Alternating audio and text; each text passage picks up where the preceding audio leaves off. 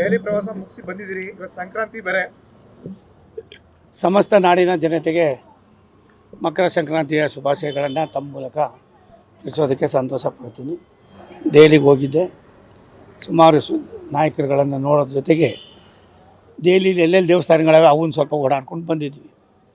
ಒಂದು ಒಳ್ಳೆಯ ತನಿಖೆ, ಒಳ್ಳೆಯ ನಡವಳಿಕೆಗೆ, ಸಾಮಾನ್ಯ ಜನರ ಬಗ್ಗೆ ಕನ್ಸರ್ನ್ ಇದ್ದುಕೊಂಡು ಬಡವರು ಅವ್ರ ಕುಟುಂಬ ಬಡವರಾಗಿ ಇರಬಾರ್ದು ಅಂತ ಯಾರು ಒಂದು ನಿರ್ಧಾರ ಮಾಡಿ ಕೆಲಸ ಮಾಡಿದ್ರೆ ಅಂಥವ್ರಿಗೆ ಎಲ್ಲ ಒಂದು ಕಡೆ ಬೇರೊಂದು ರೂಪದಲ್ಲಿ ಸಹಾಯ ಆಯ್ತದೆ ಅನ್ನೋದಕ್ಕೆ ಈ ಸಾರಿನ ದೆಹಲಿ ಯಾತ್ರೆ ನನಗೆ ಆ ರೀತಿ ಒಂದು ದೊಡ್ಡ ಅನುಭವವನ್ನು ಕೊಡ್ತು.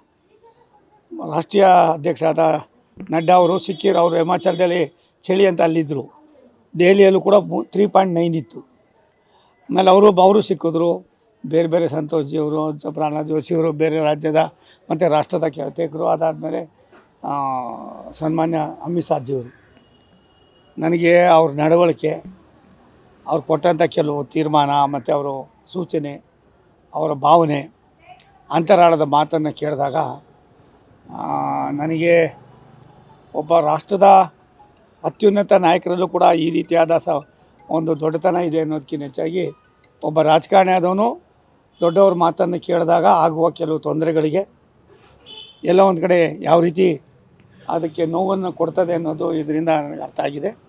ಎಲ್ಲವೂ ಕೂಡ ಸಖ್ಯಾಂತರ ಆಗಿದೆ. ರಾಷ್ಟ್ರಕ್ಕೆ ಮೋದಿಯವರ ಅವಶ್ಯಕತೆ ಇದೆ. ಸನ್ಮಾನ್ಯ ಮೋದಿಯವರ ಒಂದು ದೂರದೃಷ್ಟಿಯ ಚಿಂತನೆಗೆ ನಾವೆಲ್ಲರೂ ಕೈ ಜೋಡಿಸೋಣ ಅನ್ನುವ ದೊಡ್ಡ ಮಾತನ್ನು ಸನ್ಮಾನ್ಯ ಅಮಿತ್ ಶಾ ಜಿಯವರು ಹೇಳಿದ್ದಾರೆ. ಅದರಂತೆ ನಾವು ನಡ್ಕೊಂಡು ಹೋಗ್ತೀವಿ, ಕೆಲಸ ಮಾಡಿ ತದನಂತರ ದಿನಗಳಲ್ಲಿ ಬಾಕಿದ್ದನ್ನು ಚರ್ಚೆ ಮಾಡ್ತೀವಿ. ಸರ್, ಅಚ್ಚರಿ ಸ್ಟೇಟ್ಮೆಂಟ್ ಒಂದು ಸೋಮಣ್ಣ ಅವರಿಂದ, ನನ್ನನ್ನು ರಾಜ್ಯಸಭೆಗೆ ಆಯ್ಕೆ ಮಾಡಿ ಅಂತ ಹೇಳಿದ್ದೀನಿ. ಅದೇನಾಯಿತು, 28 ವಿಧಾನಸಭಾ ಕ್ಷೇತ್ರದಲ್ಲಿ, ಲೋಕಸಭಾ ಕ್ಷೇತ್ರದಲ್ಲಿ ಹೈದರಾಬಾದ್ ಕರ್ನಾಟಕ 5, ಬಾಂಬೆ ಕರ್ನಾಟಕ 6, ಕೋಸ್ಟಲ್ ಕರ್ನಾಟಕ 3, ಮಧ್ಯ ಕರ್ನಾಟಕ 3, ಬೆಂಗಳೂರು 3, ಹಳೆ ಕರ್ನಾಟಕದಲ್ಲಿ 8 ಸೀಟ್ಗಳಿದೆ. ಇದರಲ್ಲಿ ಈ ರೀತಿ ಇದೆ. ಕೆಲವು ಕೇಳೋದು ಗ್ಲಾನ್ಸ್ ಮಾಡಿದ್ರು.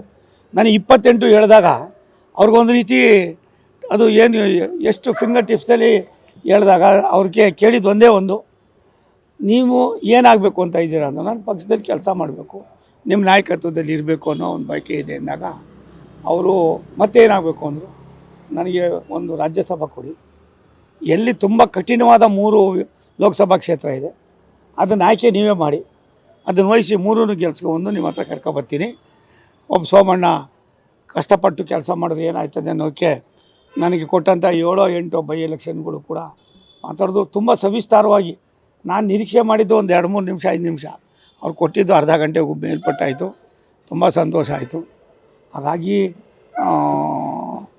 ನಾನು ಅದನ್ನು ಕೇಳಿದೆ ಅನ್ನೋದಕ್ಕಿಂತ ಹೆಚ್ಚಾಗಿ 73 ವರ್ಷ ಆರೋಗ್ಯವಾಗಿದ್ದೀನಿ. ಬೇರೆಯವ್ರಿಗೆ ಅವಕಾಶ ಮಾಡಬೇಕಾಗಿದೆ, ಆ ಕೆಲಸನ ಮಾಡಬೇಕು ಅಂತ ತೀರ್ಮಾನ ನನ್ನ ಮನಸ್ಸಿನಿಂದ ಬಂತು.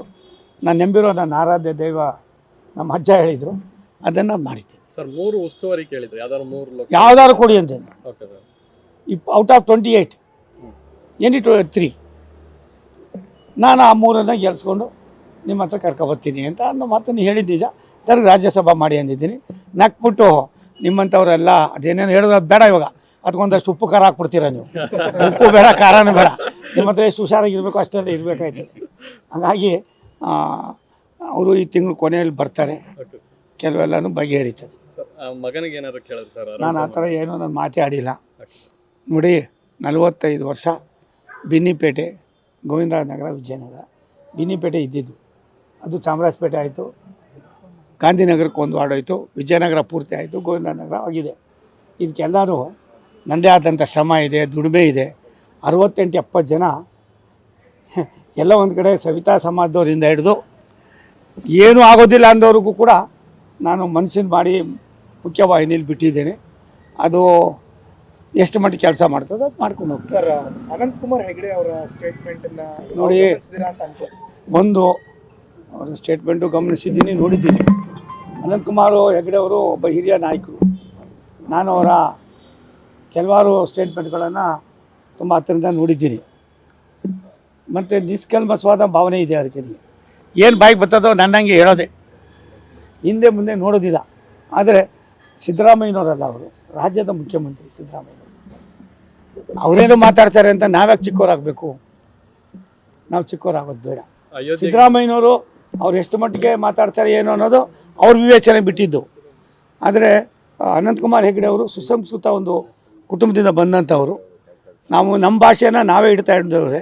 ಅದು ಸ್ವಲ್ಪ ನನಗೆ ವೈಯಕ್ತಿಕವಾಗಿ ನನಗೆ ಬೇರೆ ಏನಿಲ್ಲ, ಬೇಸರಿಕೆ ಇಲ್ಲ. ಆದರೂ ಕೂಡ ನಾನು ಕೆಲವು ಇದಾಗ್ತೀನಿ.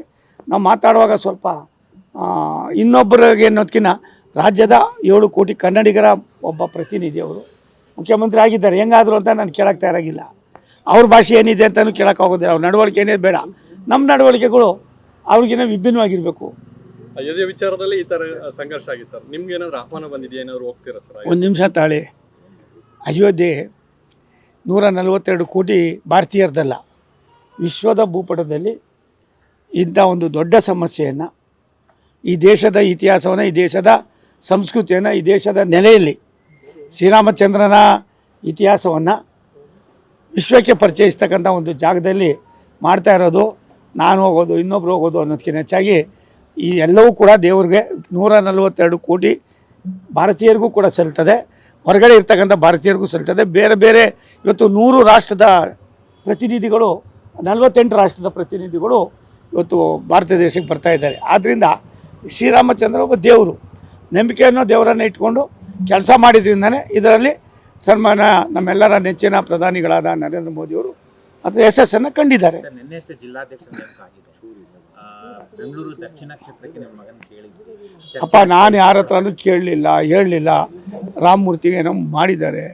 ಎಲ್ಲವೂ ಹಳೆಯದನ್ನೆಲ್ಲ ಪೋಸ್ಟ್ಮಾರ್ಟಮ್ ಬೇಡ. ಅವನು ಒಳ್ಳೆಯವನಿದ್ದಾನೆ, ನಮ್ಮ ಹುಡುಗನೇ. 2 ಸಾರಿ ಕಾರ್ಪೊರೇಟರ್ ಆಗಿದ್ದ, MLA ಆಗಿದ್ದಾನೆ. ಅವನಿಗೂ ಅರ್ಹತೆ ಇದೆ. ಅರ್ಹತೆ ಇರೋರಿಗೆ ಯಾರು ಬೇಕಾದ್ರೂ ಕೊಡಿ ಅಂತೀವಿ. ಪಕ್ಷ ವಿರೋಧಿ ಮಾಡಿ ಹಲ್ಕ ಕೆಲಸ ಮಾಡಿದವ್ರು ಬೇಡ ಅನ್ನೋದು. ಅದು ಬಿಟ್ಟರೆ ಅಂಥವ್ರಿಗೆಲ್ಲ ನಾನು ಏನು ಮಾಡಿದ್ದಾರೆ ರಾಜ್ಯಾಧ್ಯಕ್ಷರು ಸರಿಯಾಗಿದೆ ಮಾಡಿದ್ದಾರೆ. Yes, thank you. Thank you. Thank you. ಎಲ್ಲರಿಗೂ ಮತ್ತೊಮ್ಮೆ ಸಂಕ್ರಾಂತಿಯ ಶುಭಾಶಯಗಳು ಸರ್. Yes sir. ನಿಮಗೆಲ್ಲ ಒಳ್ಳೆಯದಾಗಲಿ.